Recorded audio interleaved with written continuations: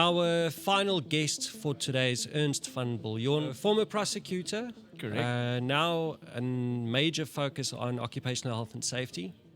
And obviously, based on your presentation, there may be some things that you'd be able to tell us about the amendment bill that we're all waiting for. So I've prepared a few questions for you in this regard, if you don't mind. Certainly, anytime. So first off, in your presentation, you mentioned that the most dangerous hazard in the workplace is the person themselves. And why would you say so? And how do we control this? That is the problem. How do you control the human? And that's why the human is such a dynamic. You can't call it a machine that always does the same thing. Yeah, because it sounds like a paradox, right? So we say control behavior, but we've got freedom of choice. Correct. So how do you You don't mitigate know the two? what is the state of mind of that employee. The normal thing, and I speak a lot to management about this, where I say, what is the recipe for you to make sure that the people will go home? And in the first place, they don't know their employees. Because I always ask them, if an employee reports with red eyes and slurred speech, and what do you think? And everybody will always say, no, he's bubbleized or he's intoxicated or what. And then I said, but you didn't know that he was actually at hospital till 3 o'clock this morning and he still came to work. Oh, his baby kept him awake all night. His wife went into labor. You didn't even know she was going into labor. Did you even know she was pregnant? And that is the problem. How do you manage that person if it's not an active decision from management to get involved?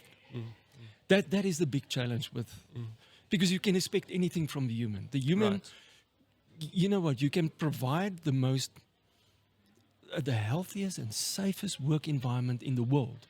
You can have the best systems in the world, but you put the human there and anything can happen. That's the problem. Well, I mean, my mother always said, where there's people, there's problems. Yes, So that's very I think true. it just seconds what you're saying. That's very true. If we take the bill that we're waiting for, Yeah. that we're waiting for promulgation, and the interview that I had this morning, I was informed that it's 99.9% complete, which for me is good news, because I think a lot of health and safety professionals are waiting for it to be promulgated. If we consider that, how will this help with the control of behavior or unsafe acts in the workplace? If we compare it against the current legislation, and I know that the new bill isn't finalized yet, but from what we know about it, how will it aid the employer to... It is very clear that it's going to be more structured. It is more about policy and procedures where, I can tell you now, unfortunately, in many of the fatalities that I investigated in the last few months, my prosecutor blood still boils very strong.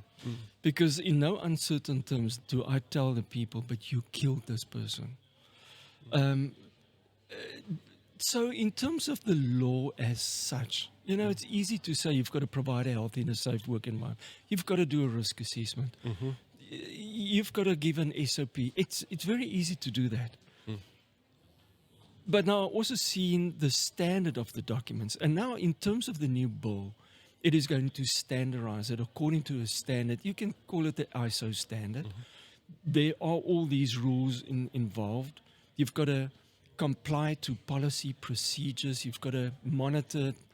It will just make management more involved than currently. Right. So we hope for the best. Any standard that is higher is better. No, of course, I agree. One of the most interesting things for me that come from the bill is that they make mention that a risk assessment needs to be done by a competent person. Correct, yes. Determined by who? And measured how? Well, there is a definition for a competent person in the law, not necessarily in the new law. Now, that might be a problem. Okay. Because it's all about training, experience, qualifications. If there's a unit standard involved, did the training that the guy went through, was that in alignment with that? So there are so many variables, but you will have to prove that it's not just Pete, one of our supervisors who did the risk assessment. And sadly to say, in the 17 people who died in the last few months that I investigated, many of these risk assessments were done by a single person. Who's probably not qualified, Not at all. not competent, Not at has all. no experience, Not at all. probably drafted some sort of template from a spreadsheet. You know what? And it's so sad to see that some of these documents, it's window dressing.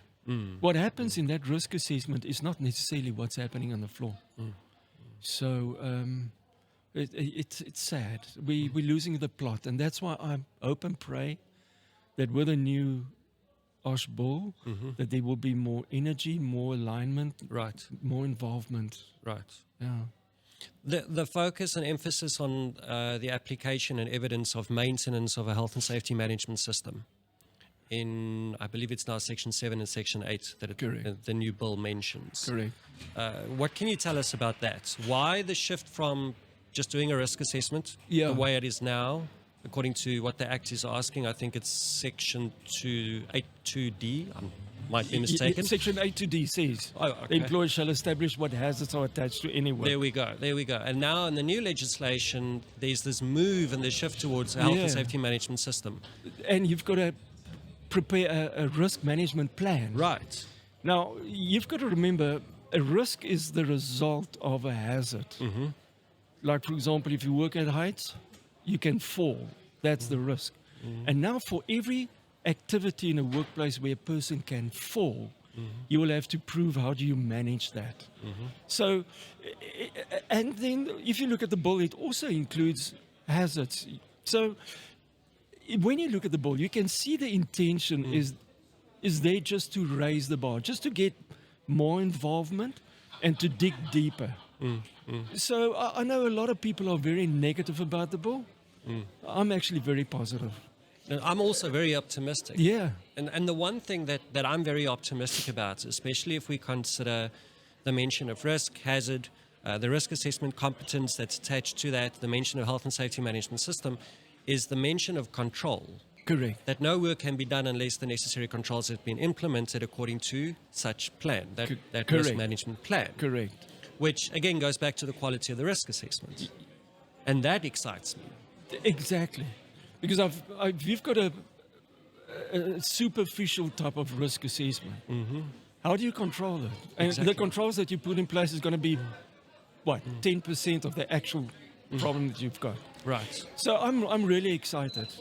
And I'm happy with the fines because for too many years, it was just a slap on the wrist. That's my next question.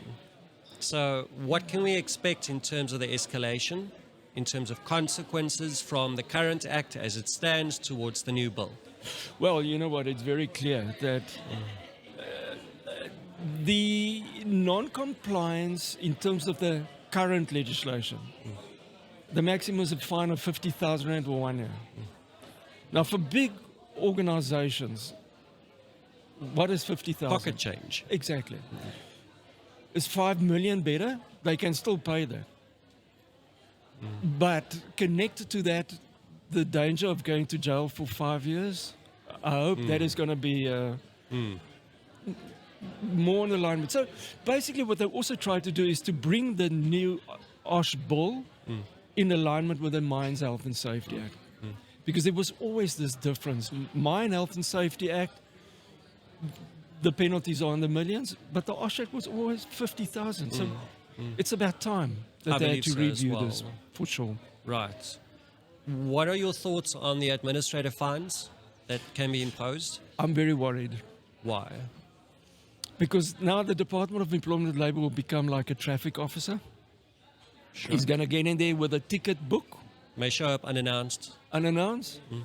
And if they see contraventions, what excites me is it says if they see any person contravening something. So that can even be a visitor at a company or a contractor not doing the right thing. But I'm just very concerned on... I know there was a section in that the first amendment bill that I saw, no employer is allowed to bribe an inspector. I see where you're going. Yeah. I'm very concerned. Yeah. No, I suppose there is an opportunity for fraud or people to try and buy their way out of it. Correct.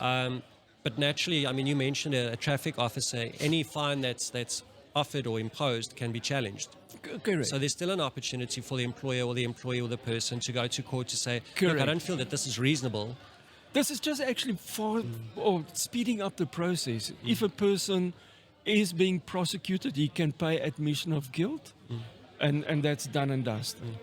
So again, I can see where it comes from, because the current position is it takes years before a matter can actually go to court. Right. Because the Department of Employment and Labour will investigate, then they prepare a confidential summary. That goes to the superior of the inspector, that goes up to the chief inspector, then it goes to the Attorney General, or there used to be the Attorney General, the Director of Public Prosecutions today. And It's I a long tell you now, process, yeah. exactly. And now that docket lands up on the table of the prosecutor, and the prosecutor hasn't got a cooking clue what this legislation is all about. And we've seen it where prosecutors, they look for any excuse in the world to withdraw those charges. Right. Because they haven't got the knowledge. They feel, there's an advocate storming into their offices and say, we've got a risk assessment and we did this. That prosecutor doesn't know what we're talking about. Yes. That's why I can't wait to get involved in another prosecution. I really want to. My last question, it's actually just as a matter of interest. So if an administrative fine is provided or given or issued, I suppose is the right word, and there's an admission of guilt that the person signs, the employer signs it, or the manager, whoever the case may be, does that go on to record for them having a criminal record now? Administrative fine, no, because that is seen as a admission of guilt.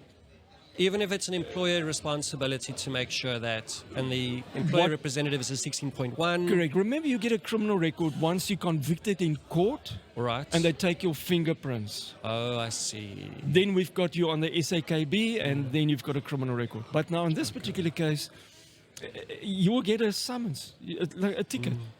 And you can go and you can pay the ticket. I see. It is still uncertain who are you going to pay the money to. Can you go to the police station and go and pay it there? That is the one uncertainty at this point in time. But we've got to look at the administration laws in terms of that. Right. But the Department of Employment and Labour introduced a prosecution register a while ago, where it's almost like a name and shame on their website. They say who was prosecuted, what was the offence, what was the outcome. So it's almost like a name and shame. Okay. And you can imagine a company appearing in that prosecution register. Their share price can be affected by that. So there's a ripple effect to all of this. Right. Well, I'm looking forward to the new promulgation. So do I. And I believe it's going to bring a lot of positive change to health and safety in general in the country. I think even the effect that it's going to have on households, and that every individual that owns a house that employs someone to iron their shirts or dig a hole or build a lapa needs to take accountability. I think it's about time that people wake up to that as well. Correct. So I'm really excited. Thank you for your time. Oh, it's such a pleasure. Thank you very much for the invite. Enjoy the rest of the function, and Thank you. We'll see you again soon. I will see you. Thank you. Thank you very much.